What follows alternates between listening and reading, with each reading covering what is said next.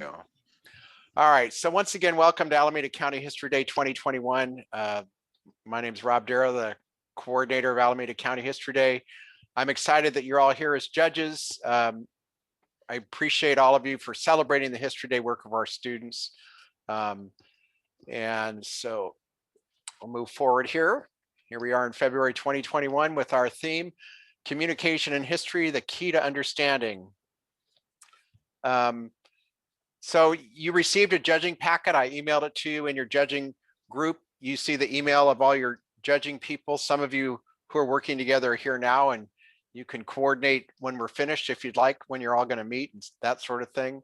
You've got the list of projects. You've got, know that most of your groups are judging more than one category because that's the way they lined up this year. We have about 50 total projects this year, which is down from last year, which is okay, you know, with the way things are. There's at least 2 people in every judging group. There's 3 in a couple judging groups, and you'll find the rubric. We're doing a rubric scoring this year, which for some of you may be different than we've done in the past, and I'll show that to you as well. So in the judging process for all of you, I would encourage you to go through this process. 1, calibrate your understanding of the theme, read and listen and get kind of immersed in that theme because that theme is really important. And then spend some time with the score sheet and just look at it and look specifically based on the category that you're judging. The rubric and the category criteria will guide your thinking so that you know what you're looking for when you're looking at the projects. Then you'll view the projects on your own and complete those score sheets. I'll get more details about that later. You'll type in comments. And again, one of you is judge 1, one's judge 2, and one's judge 3. Notice that on that document that I sent you, 1 column's for judge 1 and one's for judge 2. If you open one by mistake and the other person opens the other one, that's fine. But I do hope that you'll fill in all those documents so students get those results. So you'll complete your individual judging ranking sheet first. That's all on your own. And then when you're all finished, meet up with your judging team. And that's up to you how and where you want to meet and how you want to make that work. You'll compare your score sheets. In your score sheets, in that ranking document, I want you to make sure that you're within 1 point of each other. So it's a 4-point rubric. So if somebody marks one of those criteria as a 1 and the next person marks it as a 4, then you got to have a conversation to meet somewhere in the middle, so to speak, so that there's no more than a 1-point differentiation in any one of those criteria. And then finally complete the judges group rating form. And then I'd appreciate an email back from all of you at the very end telling me you're finished. And when you send me that email back, if you want to give me some feedback about the judging process and all that sort of thing, I'd love to hear from you that way. You know, the pandemic has caused us to do some things differently. And one of the things our judges in the past have said is, gee, it'd be really nice to see that process paper and bibliography ahead of time. Well, this year it's happening. It's happening because we're doing it all at the same time. So maybe some of those things will be important things for us to keep as we move forward. So these are the important dates. Know that from now until March 1st, you can work on your own. Somewhere between March 1st and March 9th, I'd like you to have your judging group meeting. Now, if you do all that sooner, that's fine. And then by March 9th, I'd like all the results back so that I know where we're at and figure out all the awards and that sort of thing, because then on March 13th, which was set as our official History Day, is when we'll do our awards ceremony. So those dates are important for everybody to think about. And so our 2021 theme, I personally really like the colors they chose. I love the bright green on a black background, so that's why I chose that. Anyway, and so this is the one video I want to share, just parts of it, which is about the theme. So just enjoy listening and watching a little bit. It'll run for about 5 minutes. I'm going to pause my recording during that time. Since the 1800s, World's Fairs have highlighted the many achievements of nations. The exhibitions often showcase popular culture, trade, science, and technology. How did nations use world expositions or World's Fairs to communicate their progress and achievements to the rest of the world? Did World's Fairs reveal flaws of a nation? Did they create rivalries or divides between nations. Other students might look to protests where individuals gathered to challenge unsafe working conditions or restrictive voting laws. Protests are a form of democratic communication, which help the voice of the people be heard. How did protests influence change in the women's suffrage movement, the environmental movement, or the civil rights movement? How has American Sign Language contributed to both cultural and linguistic diversity? Students might also think about restrictions placed on language. The native Hawaiian language faced heavy restrictions following the overthrow of Queen Liliuokalani in 1893. How does the suppression of language impact a group of people?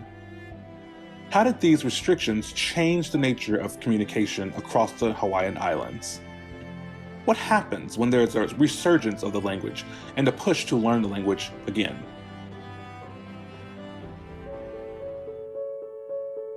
History shows us the dangers of lack of communication, miscommunication, and misunderstanding. But they too can provide key moments for historical study. Consider the explosion aboard the USS Maine in Havana Harbor in 1898 and the ways in which it led to the Spanish-American War. How did newspapers play a role? It is often challenging to communicate in times of conflict, but history shows us the importance of this communication. It is imperative that communication be received and understood. While we do not always agree with what we hear, it is important that we have the skills to understand the perspective and points of view expressed in the past. Well, I hope we got your thoughts moving around a little bit. You've just taken the first step toward completing a 2021 NHD project. Check out. So I just wanted to give you a little overview of that. History Day, National History Day did a good job of bringing that forward. A theme this year, as you've heard over and over, is communication and history, the key to understanding. Every project should explain that topic or that theme throughout it in some way, the relationship to the theme. And the very first criteria on the rubric talks about the theme. And so in my mind, that's probably the most important one to pay a special attention to. So again, as you think about this year's History Day theme, words to look for in project would be communication, miscommunication, the word key, understanding, talking, listening, watching, reading, etc. I can tell you from looking through the titles of the project, some projects do deal with that miscommunication piece, so that'll be fun to see. You'll be working in a group, a team of 2 or 3 judges. Judge 1 is the lead judge and hopefully the responsibility for bringing that group together. Again, please email me at the very end and share your thoughts of the judging process. When you're judging projects, there's a kind of a 60-20-20 split that we remind people of. You're going to be ranking the projects in each category, and the top 3 will advance to State History Day. Now, in most of our categories this year, for whatever reason, our students spread out across all the categories. So in most categories, there are just three or four projects. So the top 3, in many cases, will all be moving to State History Day. But if you, as the judge, decide the quality is not there, then on your final ranking sheet, would you please put a 10 next to that project? So I know that's our symbol that you're saying to me, it just doesn't meet the criteria to move on to state. Just note that only 2 of our categories have more than 3 projects in them for this year. So most of our work is really giving feedback to the students and enjoying the projects. This is another visual of the criteria that we're judging them. The very first one is historical argument. Another way to look at this, that the historical quality is 80%, that there's wide research, that there's use of primary sources. You know, so be on the lookout for those primary sources, right? The use of newspapers, the use of interviews, things like that. We really like that stuff in History Day. And of course, as you all know, being history people yourself, you know, primary source is just incomparable to other types of sources. So make sure you look for that as well. And then the student voice, right? how's the student voice? What's their opinion on things? And then of course, the clarity of the presentation enters into all of that as well. So if you look at your judges packet, if you want to open that up on your computer now, you can do so. I just wanted to point out some of the organization there so that you have it. At the very top part of the page, it lists your judges and the judge email categories. So I'm taking group 1 to start with here. You can see my name and my phone number and my email are at the top. So if anything goes crazy, feel free to shoot me an email or text me or call me. Feel free to do whatever you need to do to make it flow right for you. You can see our timeline there, which we talked about already. Know that further on that very beginning page, it are the ranking forms. One form you'll fill out individually as individual judges, and then the group ranking form is the one that you'll do together. At the bottom of the page, it shows you the categories that you're judging. So this group has 4 different categories, but you can see that there's only one group that has 4, and one has 3, and the other 2 only have 2. So again, you see that. The other part of your packet, this is not included, but you may want to put together a forced ranking sheet where you keep track of, as you judge each project, that you decide which one is better than the other as you're going through. Each one of you in your packets has the link to all of these.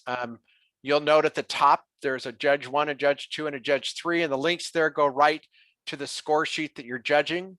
In the center is the paperwork and the project. So there's 2 different links that you'll look for the student work, the paperwork and the project. The paperwork is the process paper and bibliography, and the project is whatever the project is. And depending if you're doing documentaries or performance, it'll be a YouTube video.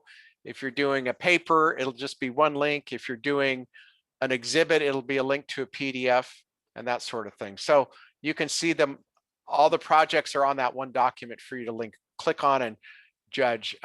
If you've got some yellow in on your judge packet, know that those students have not completed something, but I've reached out to them and I'm giving them until Monday to fill in those places there. And when I see they're done, then I'll go in and update them for you. Again, as I mentioned earlier, I've clicked on all the links, that all the links work. When I clicked on them, it doesn't mean that when you click on them, what will work or won't work, right? We just never know. So if there's any problems, let me know. And further down at the very bottom of your judges packet is the link to the slideshow that I'm sharing with you now, the theme sheet, and the National History Day video that I just showed you as well. So you've got all that information if you need to go back and check on any of that stuff. I just wanted to mention a little bit about Alameda County History Day this year and our adjustments. First, it's all online. All the projects were turned in ahead of time. All the process papers and bibliographies turned in the same way at the same time. So that made things easier, I think, for all of us. We're not doing any interviews this year, partly because of logistics, but partly because National History Day and National History Day California decided not to do interviews. I would like to have done interviews, but one of the pieces for Alameda County History Day is if we did interview, then they would require that you all have fingerprinting sent into the county office ahead of time, and I didn't want to hassle that. So I made it easy for all of us. So that's why you're judging the way you are. But instead of doing interviews, we're trying out what we call History Day Salon Style, where students on March 13th do get to share their projects in a little different way via Zoom. And that way the students get to talk about it and talk about their projects and people can look at them. So know that on March 13th, there will be a public document where everybody can look at each other's projects and that sort of thing. And then we'll also have about 20-minute salon style thing where 4 or 5 or 6 students will talk about their projects together and what they learned as a group rather than as individuals. So that's, yeah, go ahead. Oh, it's Mike. Do we have a rough time on that day? They'll be in groups of 20 minutes, and the time will be determined based on the students that sign up for that. They don't have to do it, so okay. It's a voluntary sort of thing. But I will make sure you see the schedule if you'd like to come in and listen to the students as well. Yeah. So History Day, just again, background for everybody. There's these different divisions. There's elementary, which are posters. junior, which are exhibit, documentary, historical paper, performance, and website, and seniors. And all of those are the same categories, and they can be done. Historical papers are done individually, but the other projects can be done as a group or as an individual. So those are all the different categories. So for each one of these categories, again, I know you're all doing different projects, but just so everybody has a common background, all the papers are turned in a PDF and you can read them that way. It should be narrative writing. It should include some thesis and theme words throughout. It should include footnotes. There's a new rule that happened this year that the paper should include a process paper. I know some of ours do not. I didn't realize that was a new requirement. So that may be a comment for you, those of you that are judging papers, that you can put down at the bottom for students if they go on to State History Day, that they do need a separate process paper for that. For the websites, their visuals and the words should, tell some sort of story. And again, it should include some thesis and theme words throughout, primary and secondary sources, and some photos and that sort of thing. And it should be pretty easy to navigate in most cases. National History Day sets a common standard for that, and all students build their websites on that same common standard. Documentaries, again, you see me repeating these words over and over, right? That there should be a thesis and some theme words throughout. The documentary would include primary sources, something you might see on PBS or the History Channel. The student voice should be combined with video and voices of announcers or experts. It should not be a performance or videotape. So you shouldn't see student faces on a documentary, although I've looked at some and you probably will, but that would be a good learning experience for the students. It's all recorded on YouTube. So the documentary direction, the paper direction is pretty much the same as it's been each year. Performances are a little different this year in the sense that they recorded their performance and then uploaded it via YouTube. So we're not watching those live. And you can see that they would hopefully perform in the same way they would do in person, that there'd be stage presence and clear voices and that sort of thing. You may find some where the voices are not as good as we'd like, but you can make that comment in the comment document so that they may re-record so that it's clear. For all of us, we do our best job recording, but it doesn't always come out as clear as we'd like it.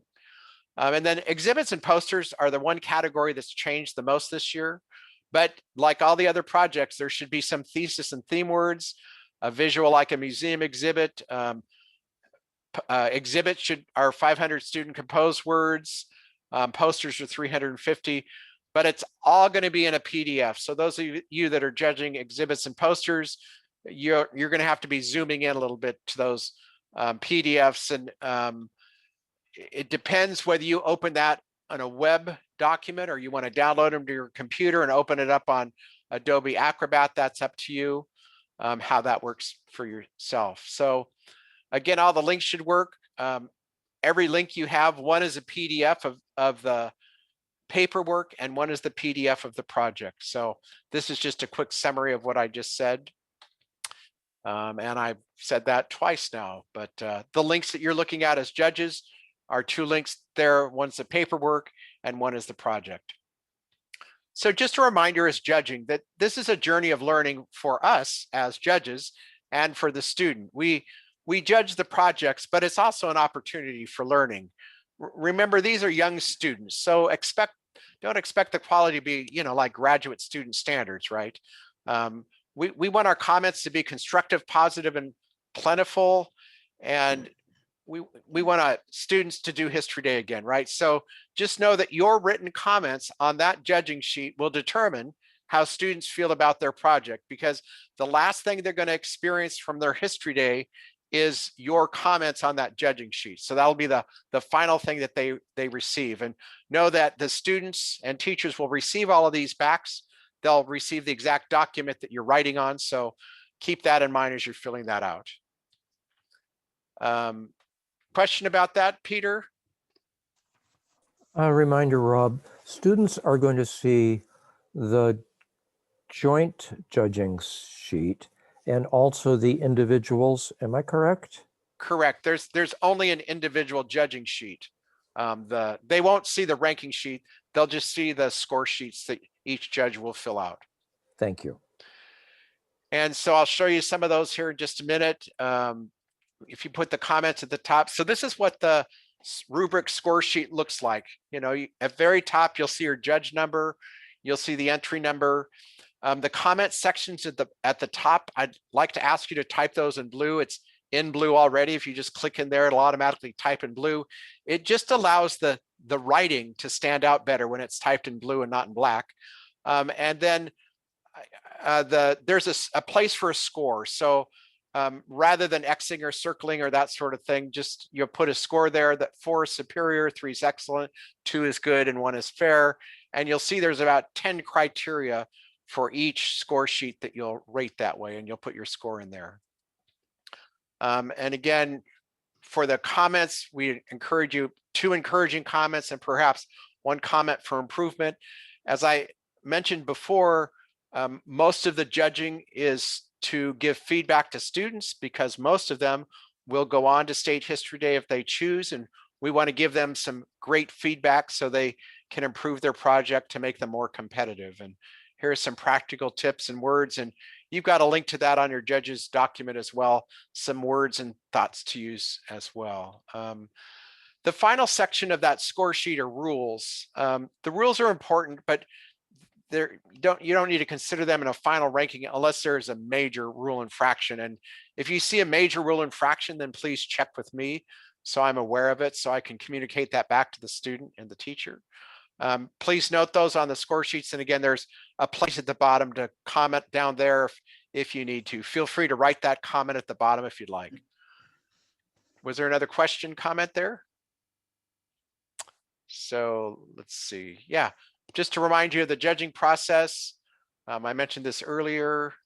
There's a new rule book. The link's there for you as well if you want to check the rule book, but basically we've covered it all here.